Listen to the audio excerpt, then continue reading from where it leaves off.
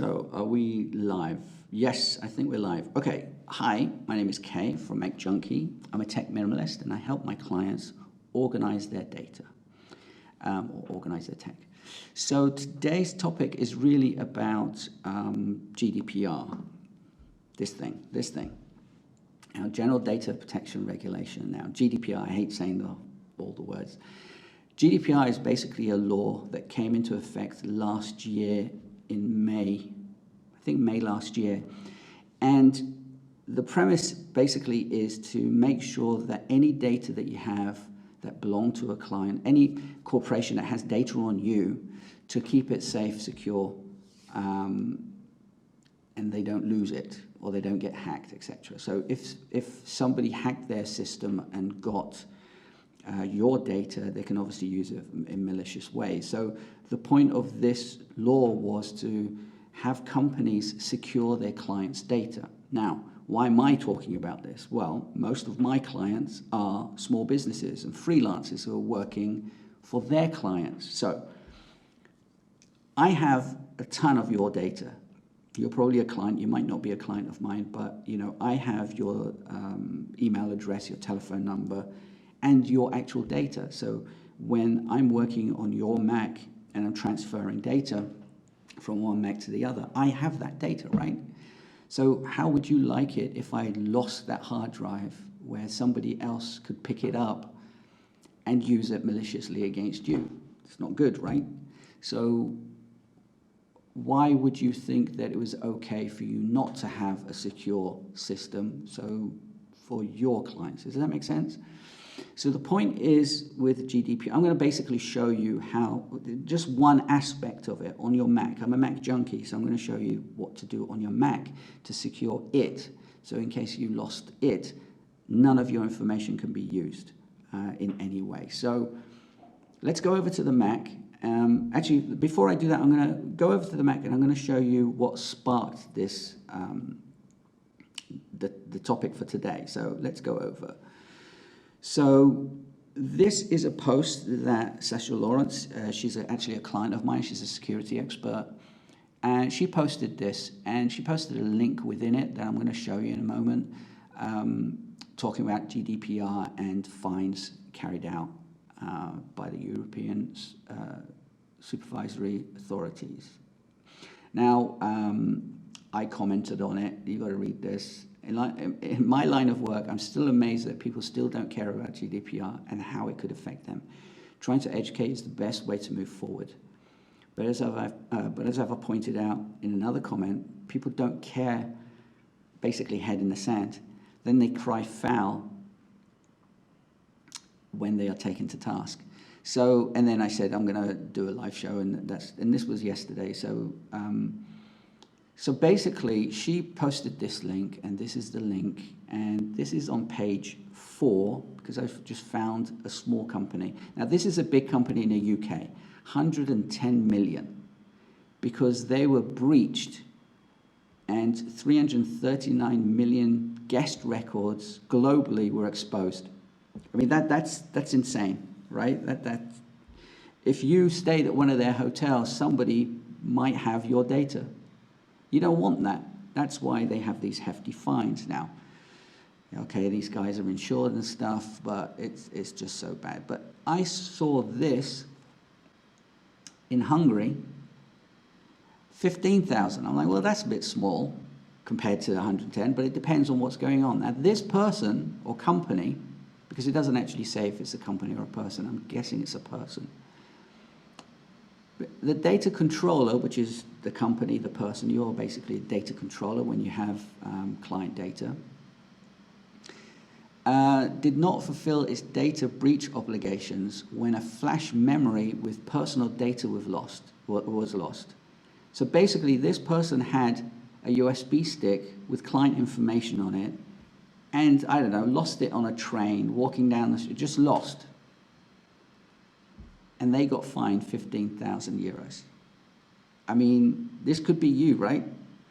Now, here's what, the one below it is actually in Holland. Obviously, I'm based in Holland. So they got fined 460 million. No, 460,000, sorry. and it was a hospital. And the reason was, this was interesting, the investigation followed when it appeared that a dozen hospital staff unnecessarily checked the medical records of a well-known Dutch person.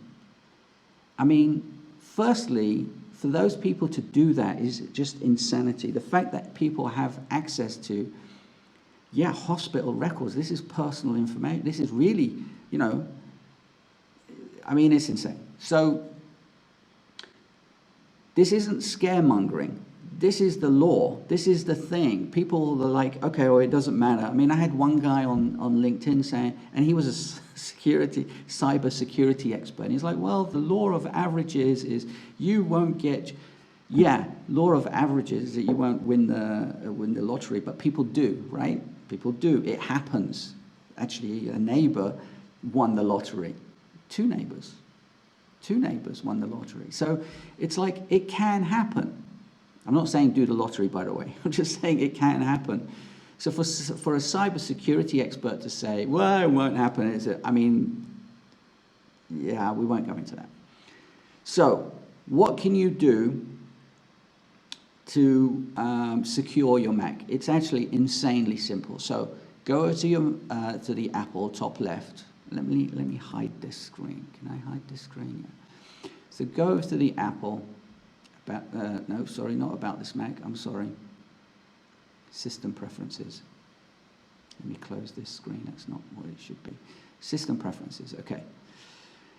Go to security and privacy. It's running slow because obviously I'm streaming. Come on. Okay, so you have to unlock it and type in your password, computer password, so it's unlocked so you can make changes. And I've obviously have it on, so it says turn off, but yours would say turn on file vault. And please, please, please follow the instructions as you're clicking this. Just focus on this when you're doing this, because they will give you a recovery key. You need to save that in a safe place, like a hard copy, like print it out, write it down, whatever. Because if you lose that key, you've lost your whole data, if you forget your password, that is. So make sure you have a really good password. Again, this is something that I'm banging on about all the time with my clients. Have a different password for every service, app, or computer you have, because if your password is compromised, if someone gets your password and you're using that same password for everywhere, okay, well, I don't need to tell you the rest. So turn it on, follow the instructions, then your Mac is basically secure. And what I mean, what this does, it goes, and I would do this overnight, so you can do it now, obviously it's fine, because it'll just do it in the background. It'll just slow your computer down a little bit, but it will take a long time. So that's why I generally tell people to do it overnight.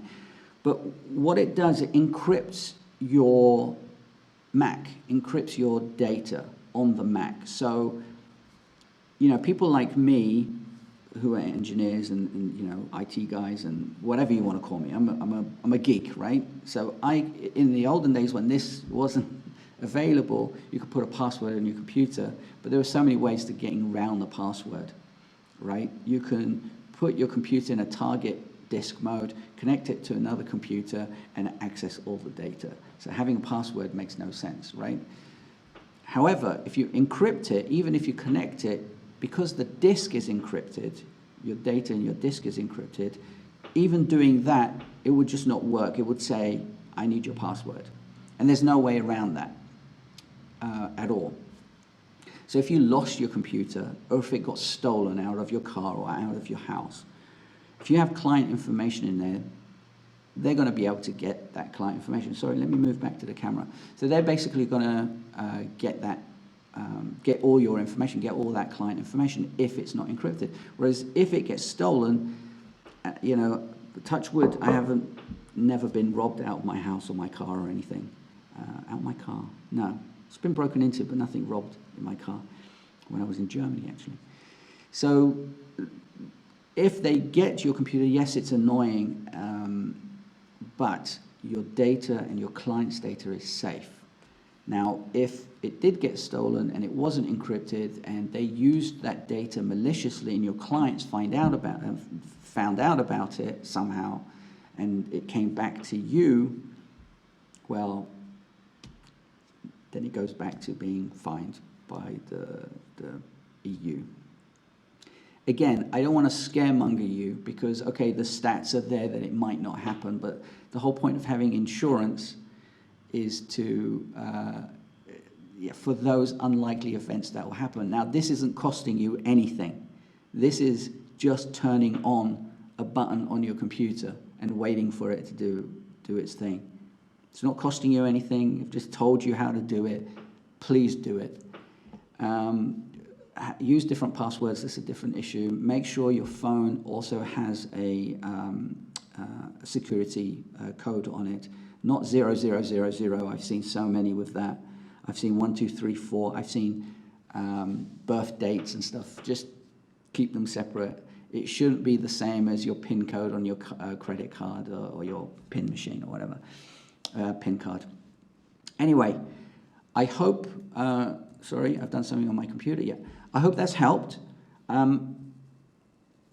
Anyway, keep it simple, turn it on, make sure you're safe. If you have any questions, you know how to contact me. If you go to macjunkie.com, do I have a button for this? Yeah, I do. There you go. Go to macjunkie.com, send me a message if you need further information about this. And yeah, have a great day. Remember, keep it simple. Ciao.